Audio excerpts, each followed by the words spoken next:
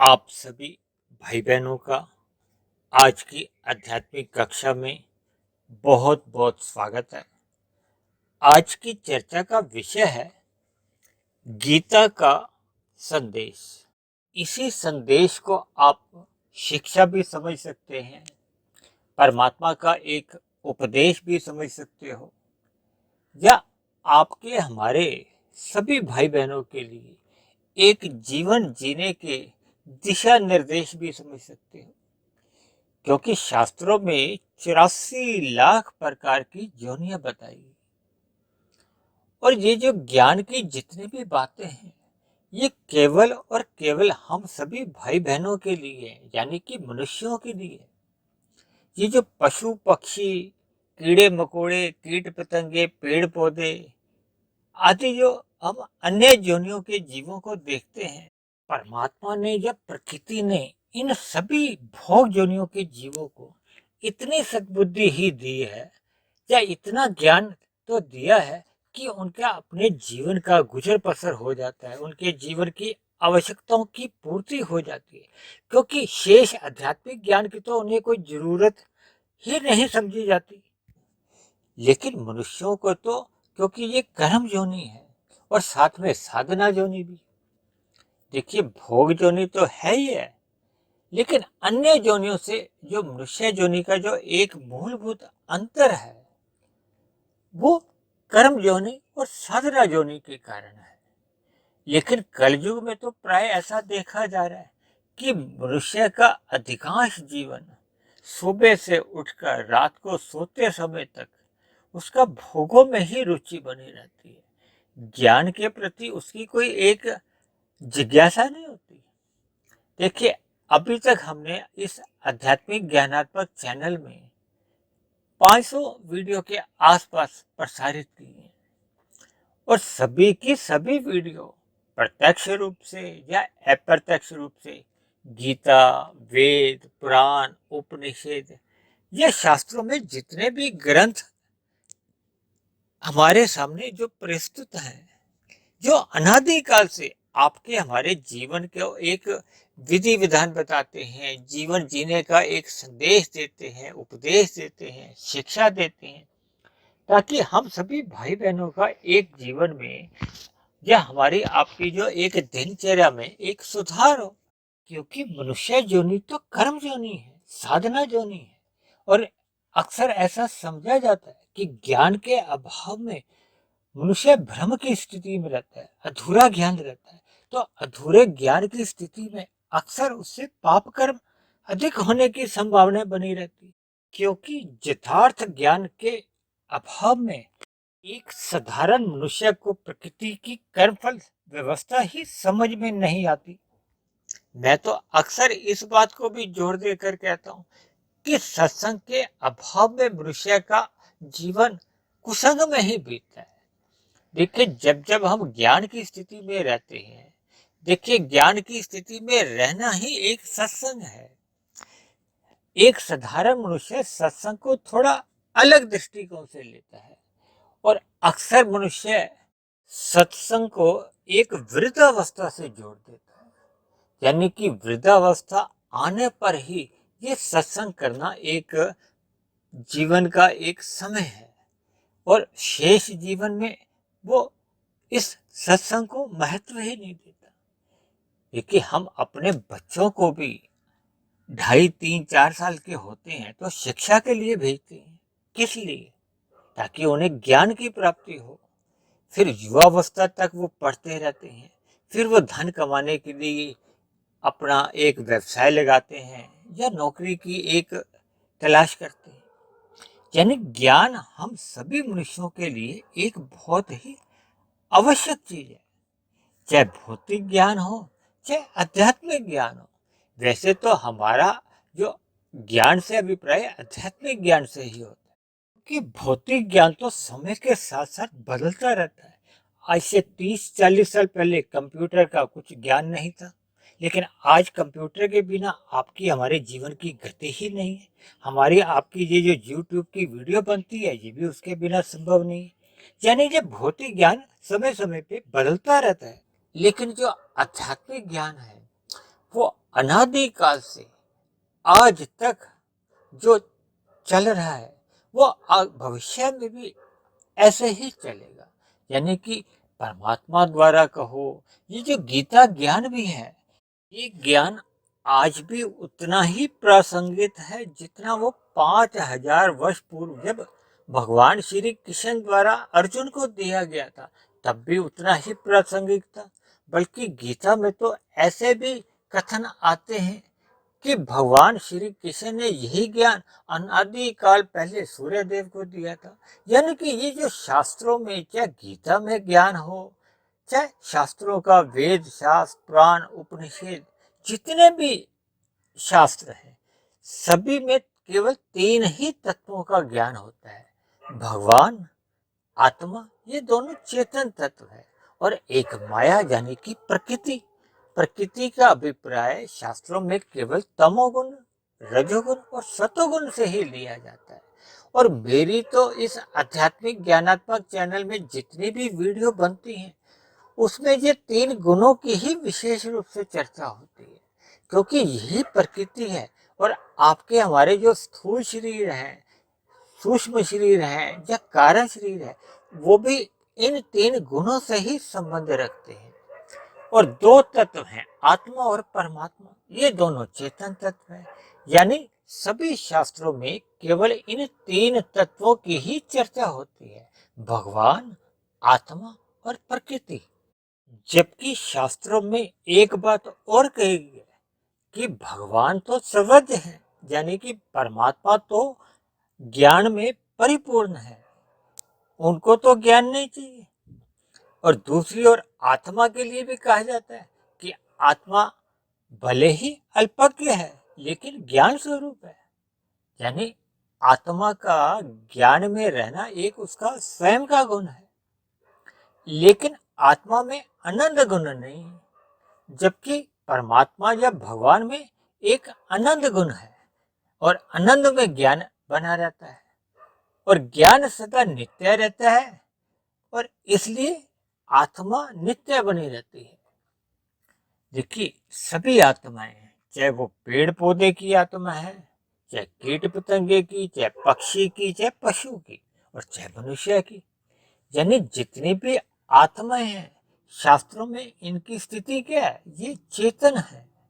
यानी कि चेतन तत्व नित्य बना रहता है। इसलिए तो गीता में एक जो ज्ञान की प्रमुख बात है, वो कहा जाता है ना कि आत्मा का जन्म मरण नहीं होता। जन्म मरण केवल आपके हमारे स्थूल शरीर के होते हैं।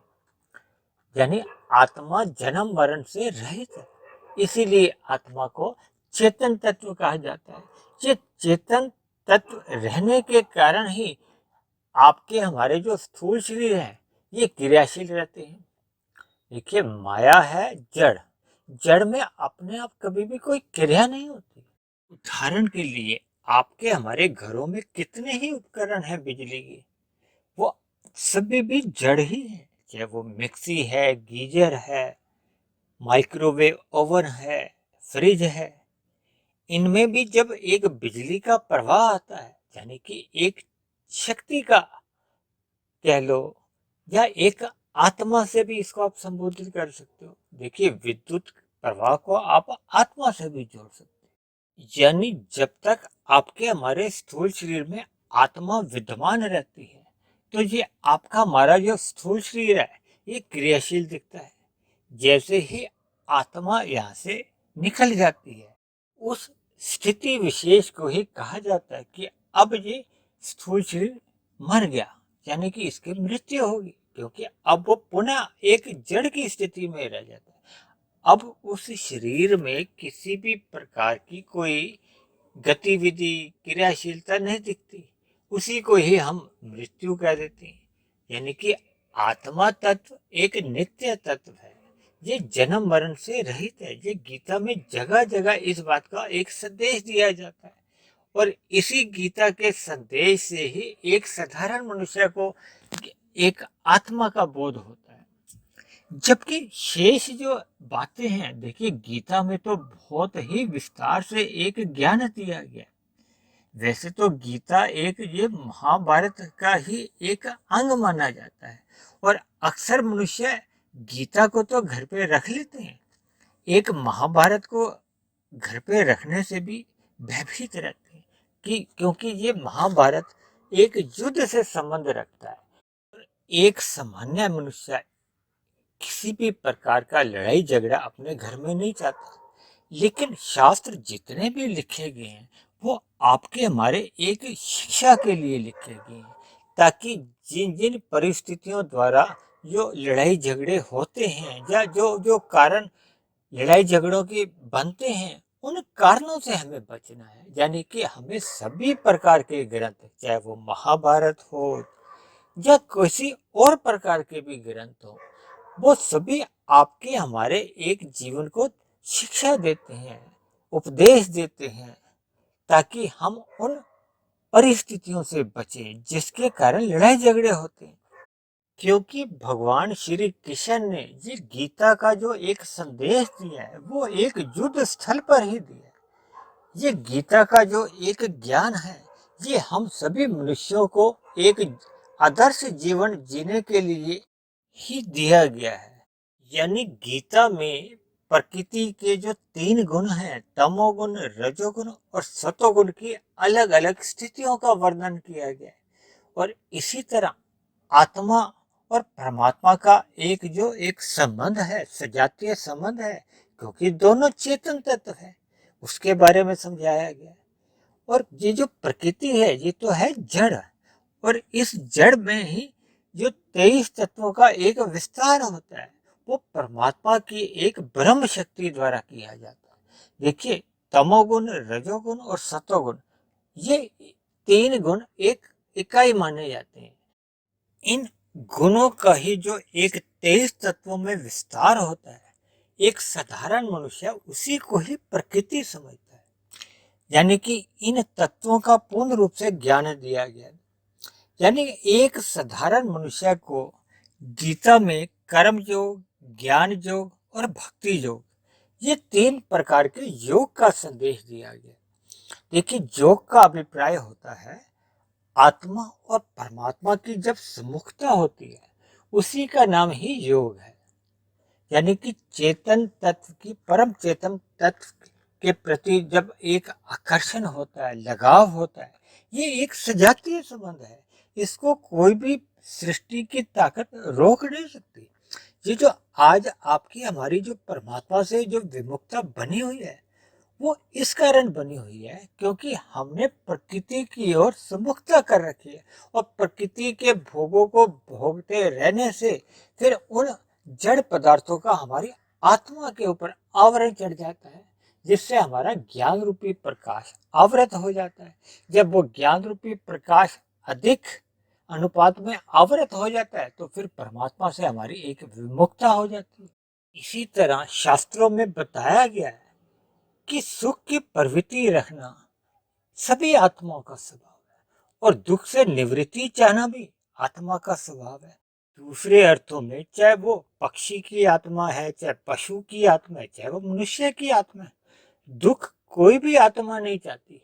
यानी कि प्रत्येक जीव में एक सहज स्वभाव बना रहता है कि वो किसी भी प्रकार के दुख से निवृत्ति चाहता है, और अंतोगत्वा प्रत्येक मनुष्य दुख रहित स्थिति यानी कि सुख की उस सर्वोत्तम अवस्था को चाहता है जिसमें वो दुख का लेश मात्र भी नहीं हो। ऐसी ही स्थिति को शास्त्रों में आनंद कहा गया है, और वो आनंद इस भौतिक प्रकृति में है ही नहीं, क्योंकि प्रकृति तो जड़ है और जीव केवल चेतन है, और परमात्मा आनंद स्वरूप है। यानी कि एक मनुष्य जब तक परमात्मा की ओर अपने आप को सम्मुखता की स्थिति में नहीं लाता तब तक उसके जीवन में आनंद की स्थिति बन ही नहीं सकती। यही एक गीता का संदेश है, यही एक गीता का ज्ञान है।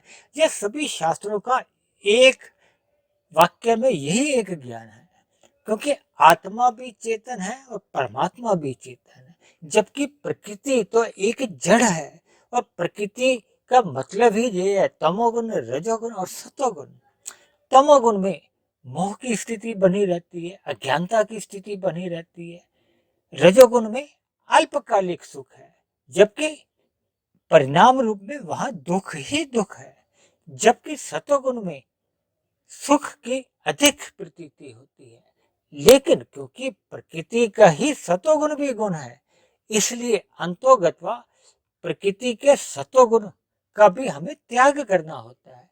यानी कि सतोगुण से विशुद्ध सतोगुण की ओर मनुष्य जब अपनी आध्यात्मिक यात्रा आरंभ करता है, जो कि गीता का एक मुख्य संदेश है।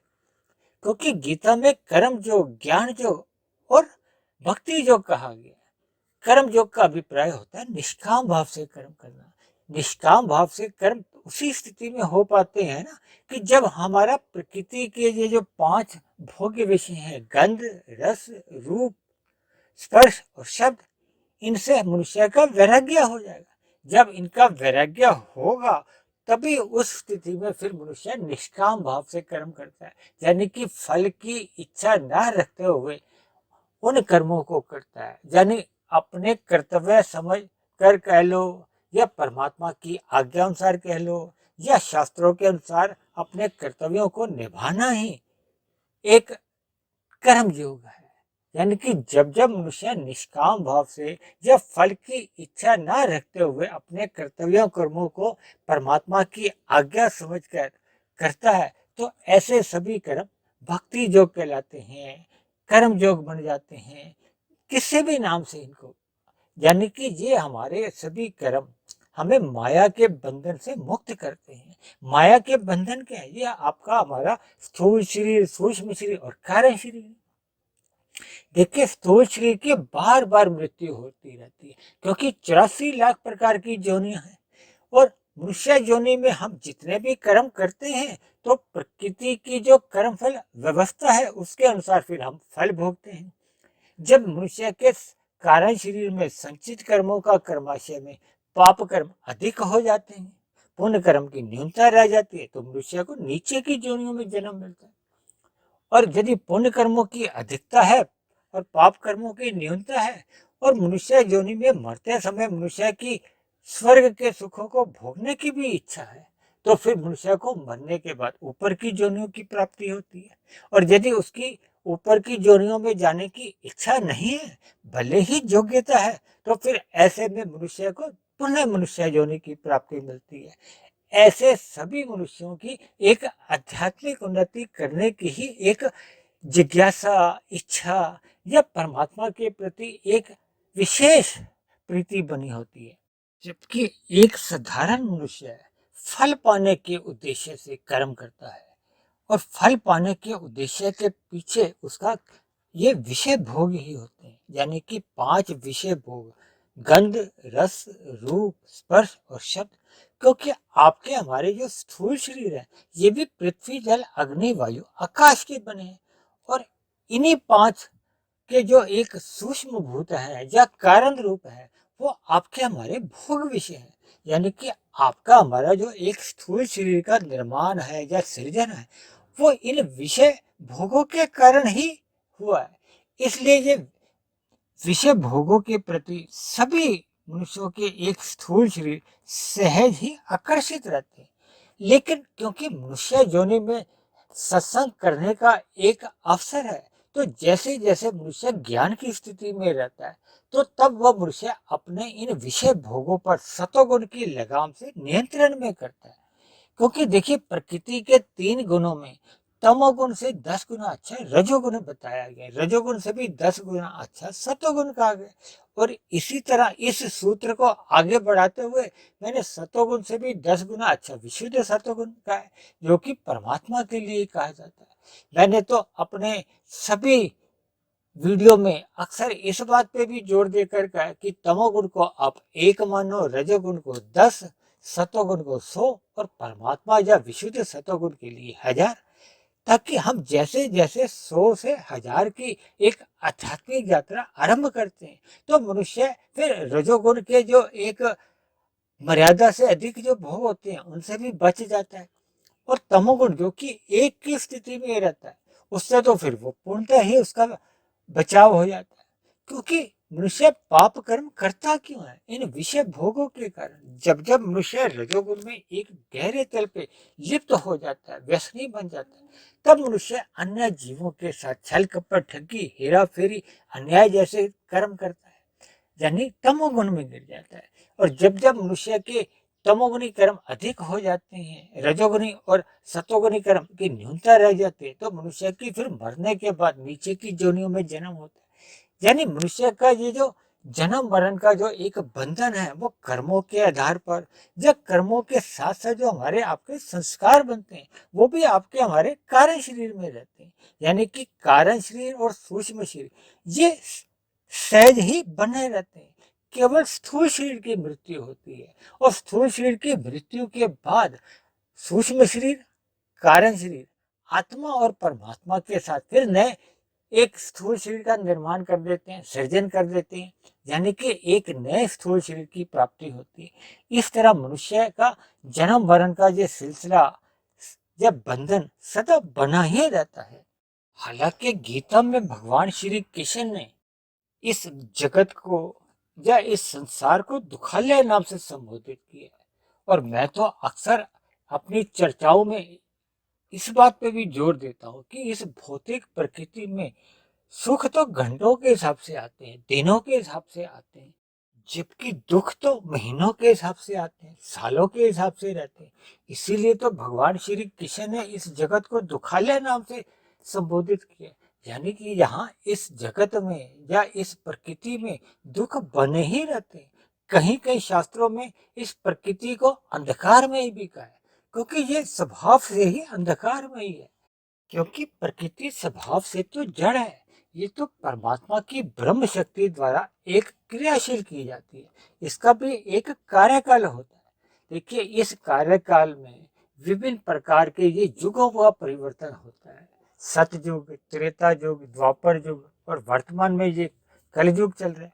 फिर इन्हीं युगों का एक क्रम लगातार बनता रहता है। ऐसे ही ये एक सृष्टि का एक कार्यकाल होता है। क्योंकि भौतिक प्रकृति एक यंत्र के समान है।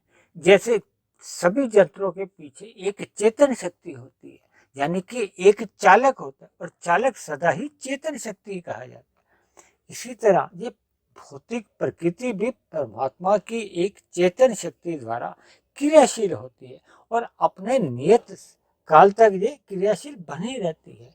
इसलिए मनुष्य योनि पाकर हमें अपने जीवन के उद्देश्य को समझना चाहिए, अपने लक्ष्य को पहचानना चाहिए।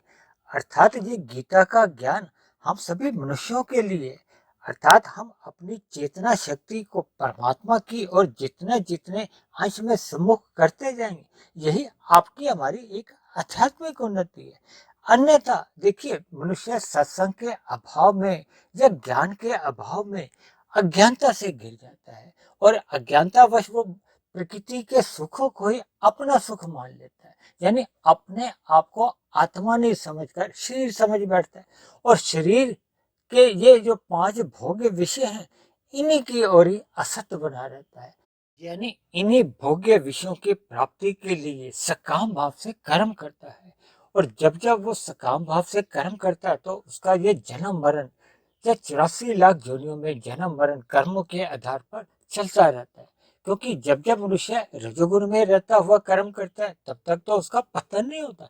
लेकिन अक्सर मनुष्य जब भोगों में अधिक आसक्त हो जाता है, पर व्यसनी बन जाता है, तो सतोगुण के अभाव में और रजोगुण के प्रभाव से वो कब मनुष्य तमोगुण में गिर जाता है, यानी कि अन्य जीवों के साथ छल कपट, ठगी, हेरा फेरी करता हुआ अन्यायपूर्ण कर्म कर जाता है, तामसी कर्म कर जाता है, जिसके फलस्वरूप मनुष्य का कारण शरीर में संचित कर्मों का कर्माशय पाप कर्मों से अधिक भर जाता है, और पुण्य कर्मों की न्यूनता रह जाती है, जिसके फलस्वरूप मनुष्य की मरने के बाद नीचे की जोनियों में अधोगति होती है।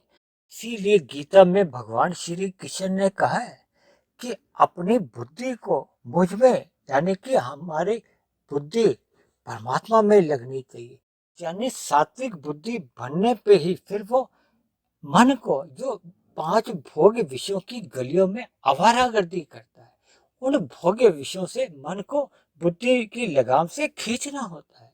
क्योंकि हमारी स्थूल इंद्रिय 5 घोड़े हैं, और मन एक लगाम है, और लगाम जब हमारी परमात्मा के हाथों में होगी या सात्विक बुद्धि के नियंत्रण में होगी या ज्ञान की स्थिति में रहेगी, तब फिर हम इन घोड़ों को या स्थूल इंद्रियों को या मन को इन भोगों से खींचकर परमात्मा की ओर लगा सकते हैं। यानी सत्संग करते हुए ही हम अपने रजोगुनी मन को एक सतोगुण में स्थित कर सकते हैं। ऐसा निरंतर अभ्यास करते रहने से फिर ये मन नियंत्रण में आता है। यानी कि ये जो मन आरंभ में सत्संग बेमन से करता है, क्योंकि उसका विषयों में अधिक आसक्ति बनी रहती है। फिर जैसे जैसे ये मन परमात्मा के ज्ञान में स्थित हो जाता है, तो फिर भोग्य विषयों से सहज ही वैराग्य हो जाता है। फिर जैसे जैसे परमात्मा की ओर सम्मुखता बढ़ती जाती है, तो मनुष्य को ये प्रकृति के गुणों का पूर्ण ज्ञान हो जाता है। क्योंकि प्रकृति में ये जो 3 गुण हैं, ये सहज ही क्रियाशील बने रहते हैं। जब जब मनुष्य इन गुणों से अपना संबंध जोड़ देता है, यानी इनका संग करता है एक फल पाने के उद्देश्य से, तब तब मनुष्य का ये संग ही एक बंधन का रूप धारण कर लेता है। देखिए, आपके हमारे जो स्थूल शरीर, सूक्ष्म शरीर और कारण शरीर है, ये भी प्रकृति के गुणों के ही संबंध रखते हैं। यानी कि ये 3 शरीर भी हमारे आपके प्रकृति के ही बने हुए हैं। देखिए, स्थूल शरीर तो सभी के ही मृत्यु को प्राप्त होते हैं, क्योंकि आपका हमारा स्थूल शरीर एक आयु लेके आया है। जैसे जैसे वो आयु समाप्त होती है, फिर कोई निमित्त मात्र के कारण बनने से फिर स्थूल शरीर की मृत्यु हो जाती है। लेकिन हमारे संचित कर्मों में या कारण शरीर में जैसा जैसा कर्माशय कर्मों का बना होता है, और जैसे जैसे उन कर्मों के संस्कार या स्वभाव बने होते हैं, फिर हमारा एक नया स्थूल शरीर, यानी कि मरने के बाद एक नया जन्म उन बने हुए कर्मों के आधार पर या बने हुए संस्कारों के आधार पर फिर एक नया जन्म मिलता है। इसलिए हमें स्थूल शरीर के रहते रहते अपने सूक्ष्म और कारण शरीर को समाप्त करना होगा, ताकि स्थूल शरीर की मृत्यु पे मनुष्य मायातीत हो जाए। क्योंकि मनुष्य योनि में ही हम ये बंधन समाप्त कर सकते हैं। यही एक गीता का एक मूल ज्ञान है। इसलिए मेरी आप सभी भाई बहनों से विनती है कि गीता का ज्ञान हो या किसी भी शास्त्र का ज्ञान हो, मनुष्य को परमात्मा से जुड़ने का एक जिज्ञासा रखनी चाहिए। क्योंकि मनुष्य जीवन में हम जितने जितने अंश में परमात्मा की ओर सम्मुख होते जाएंगे, यही आपकी हमारी एक आध्यात्मिक उन्नति है। क्योंकि भौतिक उन्नति तो हम मनुष्य योनि में जितनी भी कर लेते हैं, वो मरने के साथ ही समाप्त मानी जाती है। लेकिन आध्यात्मिक उन्नति हम मनुष्य जीवन में जितनी भी कर लेते हैं, वो मरने के बाद भी सुरक्षित बनी रहती है। तो ऐसी आध्यात्मिक उन्नति आप सभी भाई बहनों के जीवन में भी निरंतर बढ़ती जाए। देखिए, मैं तो अक्सर इस बात पे भी जोर देकर कहता हूँ कि आप सभी भाई बहनों को गीता का 13वां और 14वां अध्याय, जिसमें ये प्रकृति के तमोगुण, रजोगुण और सतोगुण का एक विस्तार पूर्वक उल्लेख मिलता है। एक साधारण मनुष्य को इन गुणों का जितना गहराई से ज्ञान होता जाता है, तो फिर वो प्रकृति के जो विषय भोग है, उनसे उसका सहज ही वैराग्य होने लगता है। और फिर कर्मों की ये जो क्रियाशीलता है, वो सहज ही समझ में आने लगती है। ये समझ आने पे ही फिर परमात्मा की उसकी एक सहज ही सम्मुखता आरंभ हो जाती है, या परमात्मा से प्रीति जाग जाती है। परमात्मा से प्रीति हो जाना ही मनुष्य जीवन की एक सफलता है, सार्थकता है। ऐसी शुभ स्थितियां आप सभी भाई बहनों के जीवन में भी जल्द से जल्द बने। इन्हीं शुभ कामनाओं के साथ आज की चर्चा को अब हम यहीं विश्राम देते हैं। आप किसी भाई बहन का कोई प्रश्न हो, कोई मेरी कही गई बात आपको समझ में नहीं आई हो, या मेरी कही गई बात आपको तर्कसंगत सही नहीं लगती हो, तो आप नीचे दिए गए कमेंट्स बॉक्स पर जाकर आप अपने प्रश्न भी लिख सकते हैं। आपका मेरे आध्यात्मिक ज्ञानात्मक चैनल के प्रति कोई सुझाव हो, तो आप अपना सुझाव भी लिख सकते हो। और मेरी कही गई बात पे आपको किसी भी प्रकार की कोई आपत्ति हो, तो आप उस आपत्ति को भी इस कमेंट्स बॉक्स पर जाकर लिख सकते हो। और यदि मेरे बने हुए ये वीडियो आपको अच्छे लगते हैं, आपके जीवन में आध्यात्मिक उन्नति करने में ये सहायक बन रहे हों, परमात्मा में आपकी प्रीति जग गई हो, आपके दिनचर्या में सकारात्मक परिवर्तन आने लगे हो, आपके कर्मों में सुधार आ गया हो, तो मेरी आप सभी भाई बहनों से विनती है कि आप मेरे इस आध्यात्मिक ज्ञानात्मक चैनल को स्वयं भी सब्सक्राइब करें, व अन्य जिज्ञासु भाई बहनों को भी इस आध्यात्मिक ज्ञानात्मक चैनल से जोड़ने का प्रयास करें, ताकि समाज में हम सभी भाई बहनों को एक सतोगुणी वातावरण में जीवन जीने का अनुभव हो, आनंद मिले। तो अब चर्चा को यहीं विश्राम देते हैं। कल फिर मिलते हैं एक नए विषय को लेकर, एक नए संदेश के साथ। तब तक आप सभी भाई बहनों का बहुत बहुत धन्यवाद।